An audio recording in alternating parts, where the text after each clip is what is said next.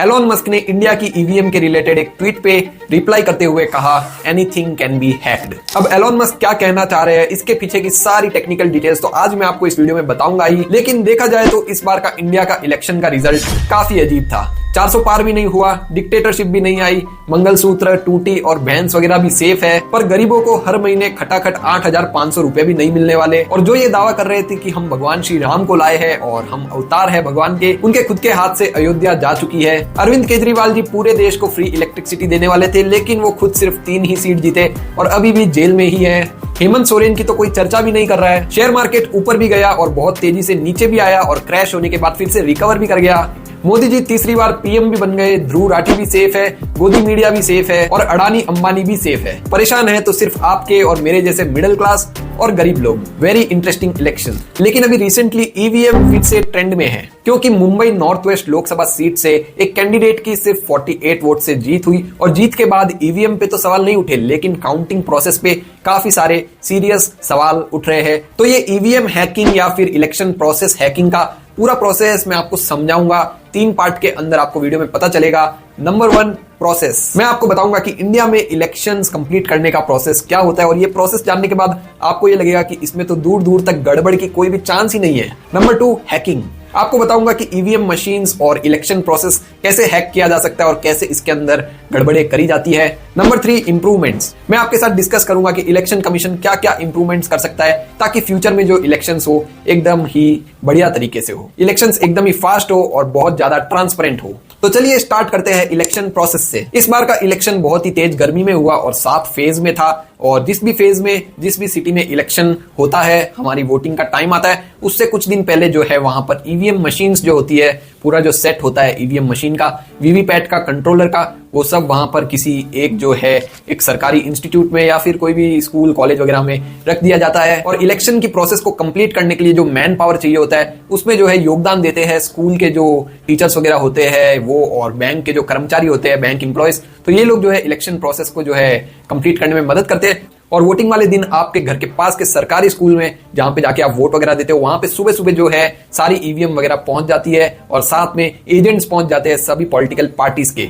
और फिर शुरू होता है मॉक पोल्स। सभी पार्टी के एजेंट्स को मौका मिलता है 50 वोट्स डालने का ईवीएम मशीन में, और फिर जो है रिजल्ट बटन दबा के चेक किया जाता है कि रिजल्ट सही आया है या फिर नहीं आया है, और वहां पे जो है मशीन सही काम कर रही है ये पता चल जाता है। अगर मशीन में कोई फॉल्ट होता है तो वहीं पे ही मशीन को चेंज भी कर दिया जाता है। और इसके बाद जो है असली वोटिंग प्रोसेस शुरू होती है, जिसमें कि इलेक्शन कमीशन के पास जो है एक लिस्ट होती है पेपर पे। अगर आपने वोट दिया है तो आपको पता होगा, लिस्ट में आपकी फोटो होती है, आपका नाम वगैरह सब कुछ होता है, वोटर आईडी कार्ड का जो कोड होता है वो भी होता है। तो ऐसी पूरी लिस्ट रहती है हर एक सेंटर की, और ये जो लिस्ट है इलेक्शन कमीशन के एजेंट के पास होती है, और सेम लिस्ट जो है नेशनल पार्टीज के जो एजेंट वहां पे बैठे होते हैं उनके पास भी होती है। तो यहाँ पर कांग्रेस के एजेंट के पास भी होगी, बीजेपी के एजेंट के पास भी होगी और इलेक्शन कमीशन के एजेंट के पास भी होगी। तो जब भी कोई लाइन में जाता है, पोलिंग बूथ पे एंट्री लेता है वोट डालने के लिए, तो सबसे पहले वो अपना वोटर आईडी कार्ड दिखाता है वहां पर एजेंट्स को। पहले कांग्रेस के एजेंट को दिखाया, उसने टिक कर दिया कि भाई ये बंदा आ चुका है वोट डालने। फिर बीजेपी के एजेंट ने भी टिक कर दिया और इलेक्शन कमीशन के एजेंट ने भी टिक कर दिया। इससे ये लोग सभी लोग सेपरेट काउंटिंग कर सकते हैं कि कौन कौन वोट डालने आया है, और ताकि कोई भी नकली वोट यहाँ पर ना डाल सके, इसके लिए सब लोग अपना अपना डेटा रखते हैं अपने पास। और फिर जो है आप जाते हो आगे, आपके उंगली पे इंक लगती है ताकि आप वापस से वोट ना डाल सको, और फिर कंट्रोलर यूनिट जो होता है उसको दबाया जाता है, ईवीएम ऑन होती है, आप ईवीएम पे जाके वोट डालते हो। वीवीपैट में आपको दिख जाता है कि आपने किसको वोट दिया है, उसकी स्लिप आ जाती है, वो हल्की सी लाइट दिखती है, और वीवीपैट में पर्ची को देखने के बाद आप अपना वोट कंफर्म करते हो। और इस तरह से पूरे दिन में जितने भी लोग वोट देने आते हैं उसका डेटा जो है सभी के एजेंट के पास अलग अलग होता है, और सब लोग मैच कर लेते हैं, और लास्ट में जो है फॉर्म 17C भर के इलेक्शन कमीशन को भेज दिया जाता है, जिससे कि डेटा फाइनल हो जाता है। और जो ईवीएम मशीन्स होती है, वीवीपैट मशीन होती है, कंट्रोलर यूनिट होता है, इन सबको जो है सील कर दिया जाता है अच्छे से। सभी एजेंट अपना साइन कर देते हैं और सील किया जाता है रिजल्ट बटन को भी, ताकि कोई भी जो है इसको पहले अगर खोलता भी है, खोलने की कोशिश भी करता है, तो बाद में जो है वो पकड़ा जाएगा कि हाँ ये ईवीएम के साथ छेड़खानी की गई है। तो ईवीएम को सील करने के बाद सारी मशीन्स को सील करने के बाद भेज दिया जाता है एक स्ट्रॉन्ग रूम में, और स्ट्रॉन्ग रूम के अंदर 24/7 सीसीटीवी कैमरा के अंडर जो है ये ईवीएम मशीन्स रहती है, और 2 से 3 घेरे वहां पर रहते हैं सिक्योरिटी के अलग अलग, और बाहर जो है वहां के जो पॉलिटिकल पार्टीज के एजेंट है वो भी बैठ सकते हैं, उनके लिए भी व्यवस्था की जाती है। तो वो भी इतने दिन जब तक ईवीएम मशीन उसके अंदर है वो बाहर बैठ के नजर रखते हैं कि कोई अंदर जा तो नहीं रहा है, कोई छेड़खानी तो नहीं हो रही है, ईवीएम मशीन चेंज तो नहीं हो रही है। तो ये प्रोसेस देखने के बाद आपको लगेगा कि यहाँ पर तो फिर ना नकली वोट डाले जा सकते हैं, ना काउंटिंग में कुछ किया जा सकता है, सब कुछ तो सही हो रहा है। पर अब हम बात करेंगे कि हैकिंग कैसे पॉसिबल है। मेरा दोस्त एक सॉफ्टवेयर इंजीनियर है और उसने कोडिंग करके एक सॉफ्टवेयर जनरेट किया जिसमें कि ABCD को वोट देना था, और जब भी हम लोग वोट देते हैं तो एक लिमिट होने के बाद जैसे ही सबको 10-10 हजार वोट पड़ गए, समझ लो A, B और C तीनों को 10-10 हजार वोट्स पड़ गए, तो B और C के 10 हजार वोट्स के बाद जो भी वोट पे B और C क्लिक करता है उसका वोट जो है A को चला जाता है। तो ये कोडिंग पॉसिबल है, और यहाँ पर 10 हजार तो मैं ऐसे ही बोल रहा हूँ, यहाँ पर कोई भी रैंडम नंबर भी जो है कोड सिलेक्ट कर सकता है, कोई भी रेंज उसको दी जा सकती है कि 10 हजार से लेके 15 हजार के बीच में कोई भी रैंडम नंबर सिलेक्ट करके उसके बाद के जो भी वोट्स है वो सीधे A को चले जाए, और इस तरह से सॉफ्टवेयर जनरेट करके किसी भी मशीन में डाला जा सकता है। दोस्तों सबने ये वाला कैलकुलेटर तो यूज किया ही है और सबको पता है इसको बंद करने के लिए एक सीरीज में हमें बटन्स को प्रेस करना पड़ता है, और इसके पीछे का क्या लॉजिक है ये तो पता नहीं, मगर यहाँ पर इसका सिस्टम कुछ इस तरह से काम करता है कि सीरीज में जब हम बटन्स को दबाते हैं तो जो है ऑफ हो जाता है। इसी तरह से ईवीएम मशीन पे भी सिर्फ बटन्स होते हैं, और इन बटन्स को प्रेस करके भी जो है एक सीरीज बनाई जा सकती है जिससे कि अंदर जो है सॉफ्टवेयर एक्टिवेट हो जाए या कुछ भी ऐसा हैकिंग जैसा प्रोसेस हो जाए। और ये जो है मैं दावा नहीं कर रहा हूं, यहाँ पर ऑपोजिशन के जो लोग हैं उन्होंने ये सब दावे किए, और काफी सोचने वाली बात है कि ऐसा भी किया जा सकता है। मगर इलेक्शन कमीशन ने ईवीएम मशीन के पीछे का जो भी टेक्नोलॉजी है उसको पब्लिक नहीं किया है, अंदर क्या सॉफ्टवेयर डलता है, सॉफ्टवेयर नहीं डलता है, या फिर कैसा उसके अंदर का मैकेनिक्स है, ये सब कुछ पब्लिक नहीं है। तो एकदम सीक्रेट है कि मशीन के अंदर क्या होता है, इसलिए थोड़ा और भी डाउट बढ़ जाता है। आपने ऐसी बहुत सारी वीडियोस देखी होगी कि जहां पर बटन दबाते हैं हम लोग कांग्रेस को, मगर वोट चला जाता है बीजेपी को, और वीवीपैट में भी बीजेपी का जो है पर्चा आ जाता है। ऐसी बहुत सारी एडिटेड वीडियोस भी है, पर बहुत सारी ओरिजिनल वीडियोस भी है, मगर हमेशा जो है यहाँ पर सवाल बीजेपी पे ही उठते हैं, क्योंकि वीडियोस भी बीजेपी के रिलेटेड ही होते हैं। एक वीडियो आया था जिसमें कि बीजेपी के एजेंट के बच्चे ने जो 18 साल का भी नहीं है, उसने 8 बार बीजेपी को वोट दिया, और फिर जो है इलेक्शन कमीशन ने उसको अरेस्ट भी किया। लेकिन यहाँ पर भी देखिए सिर्फ बीजेपी को ही वोट दे रहा था, ऐसा नहीं था कि कोई बच्चा कांग्रेस को वोट दे रहा है या दूसरी कोई भी पार्टी को वोट दे रहा है। तो जब भी ऐसे इलेक्शन प्रोसेस को खराब करने के वीडियोस आते हैं उनमें हमेशा बीजेपी के ऊपर ही सवाल उठते हैं, और बीजेपी का ही उसमें इन्वॉल्वमेंट रहता है। तो यहाँ पर रूलिंग पार्टी पे इसलिए सवाल उठते हैं कि ये लोग इलेक्शन कमीशन के साथ मिलकर कुछ कर रहे हैं, और डेमोक्रेसी है तो सवाल तो उठेंगे ही, और सवाल जब उठते हैं तभी इलेक्शन कमीशन उन पे प्रॉपर एक्शन भी लेता है। ट्विटर पे बहुत सारे ट्वीट्स ऐसे आए जहां पर सीसीटीवी रिकॉर्डिंग्स जो है बंद थी, बहुत सारे जो स्ट्रॉन्ग रूम्स होते हैं जहां पर ईवीएम वगैरह स्टोर होती है उनके सीसीटीवी फुटेज जो है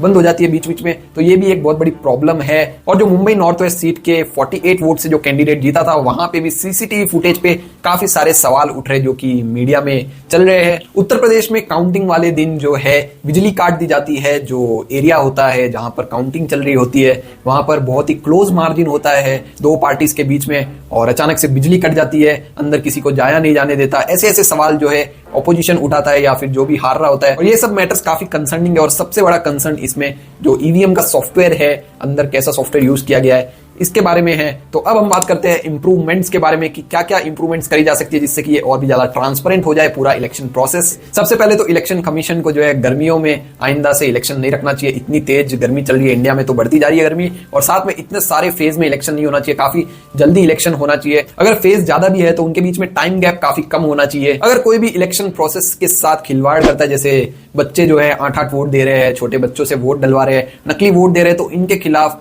बहुत ही बड़ी पनिशमेंट, बहुत बड़ी पेनल्टी और बहुत बड़ी जेल टर्म होनी चाहिए, ताकि जो है कोई भी ऐसा सब करने से पहले सोचे 10 बार। ईवीएम मशीन्स को जो है 1 महीना पहले ही डिलीवर कर देना चाहिए, जो भी सेंटर होता है, जो भी सरकारी वहां की स्कूल है या फिर कॉलेज वगैरह है, वहां पर ईवीएम मशीन्स को डिलीवर कर देना चाहिए 1 महीना पहले इलेक्शन से।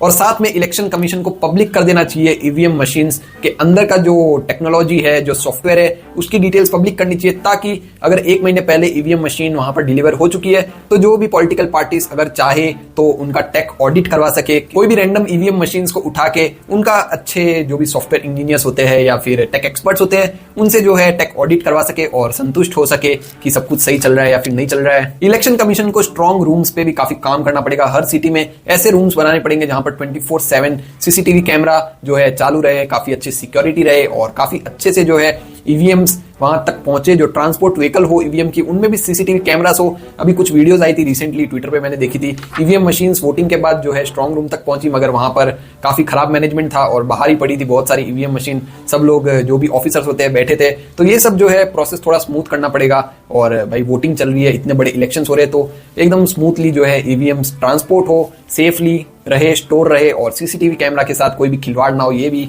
संतुष्ट करना पड़ेगा। पोलिंग बूथ पे जो भी सुपरवाइजर्स होते हैं वो भी अलग अलग स्टेट से हो, एक स्टेट के ना हो। जिस स्टेट में इलेक्शन चल रहा है वहां पर दूसरे स्टेट से सुपरवाइजर्स को लाया जाए ताकि वहां पर कोई भी जो है करप्शन वगैरह होने के चांसेस ना हो और पूरे इलेक्शन प्रोसेस का प्रॉपर सुपरविजन हो सके। आपने देखा होगा बहुत सारी वीडियोस में स्मार्टफोन्स का बैक कवर निकाल के उनको ट्रांसपेरेंट कर दिया जाता है और बहुत सारी जो है आपने और भी मशीन्स देखी होगी आजकल ट्रांसपेरेंट आती है जिसमें अंदर का पूरा मैकेनिज्म हमें दिखता है। तो वैसे ही जो वीवीपैट मशीन है जिसमें अभी सिर्फ लाइट आती है और थोड़ा सा दिखता है पर्ची आई है, पर्ची कटती भी है या नहीं वो भी हमें पता नहीं चलता है। तो इस चीज को जो है वीवीपैट के पूरे बॉक्स को ट्रांसपेरेंट अगर हम लोग बना दे तो हमें पता चलेगा कि अंदर पर्ची गिर रही है, कट रही है, कितनी पर्चियां अंदर स्टोर हो रही है, सब कुछ दिखेगा जो भी वोट डाल रहा है उसको। और ऐसी टेक्नोलॉजी पे काम किया जा सकता है। और मेरा एक दोस्त इंजीनियर है, वो ये भी बता रहा था कि जो वीवीपैट मशीन के अंदर जो पर्चियां होती है, बैलेट पेपर्स होते हैं, उनकी काउंटिंग पे इलेक्शन कमीशन बोलता है कि इसको काउंट नहीं किया जा सकता, बहुत ही अजीब सा पेपर होता है और बहुत टाइम लगता है काउंटिंग में। तो यहाँ पर भी जो है एक मशीन बनाई जा सकती है, जैसे हम लोग नोट गिनने की मशीन होती है, उसमें आप अलग अलग नोट डालते हो, 200, 500, 100, 10, तो वो सबको अलग अलग बता देती है ये नोट है। तो ऐसी एक मशीन आराम से इजीली बनाई जा सकती है। अपने देश में बहुत सारे होनहार लोग हैं जो बना सकते हैं, जो कि बैलेट पेपर के जो पेपर होते हैं उनको काउंट करके अपने आप बता देंगे कि किसको कितने वोट मिले। और जब ईवीएम की काउंटिंग में बहुत ज्यादा गैप नहीं हो, बहुत ही कम मार्जिन से कोई जीत रहा है, तो फटाफट से वीवीपैट को खोल के जो है फटाफट बैलेट पेपर भी काउंट कर सकते हैं। और अगर बैलेट पेपर काउंटिंग मशीन पे भी किसी को शक है तो वो लोग खुद बैठ के फटाफट पेपर्स को काउंट करके जो है यहाँ पर कर सकते हैं। और काउंटिंग में भी काफी सारी गड़बड़ी अभी आपने देखी होगी, चंडीगढ़ इलेक्शंस में जो हुई थी, वहां पर कैसे एक ऑफिसर ने करप्शन करके बीजेपी के फेवर में इलेक्शन को ले गया, वोट्स को जो है डिस्क्वालीफाई कर दिया और सीसीटीवी में भी वो देख रहा था। तो ये सब जो है होता है इंडिया में, इसके बहुत सारे प्रूफ्स भी है और सुप्रीम कोर्ट में ये सब कुछ चल भी रहा है। और इलेक्शन कमीशन काफी अच्छा काम कर रहा है, इंप्रूवमेंट्स भी किए इतने सालों से। इलेक्शन कमीशन में जो लोग भी आए हैं अलग अलग, उन लोगों ने काफी ज्यादा इंप्रूवमेंट्स किए।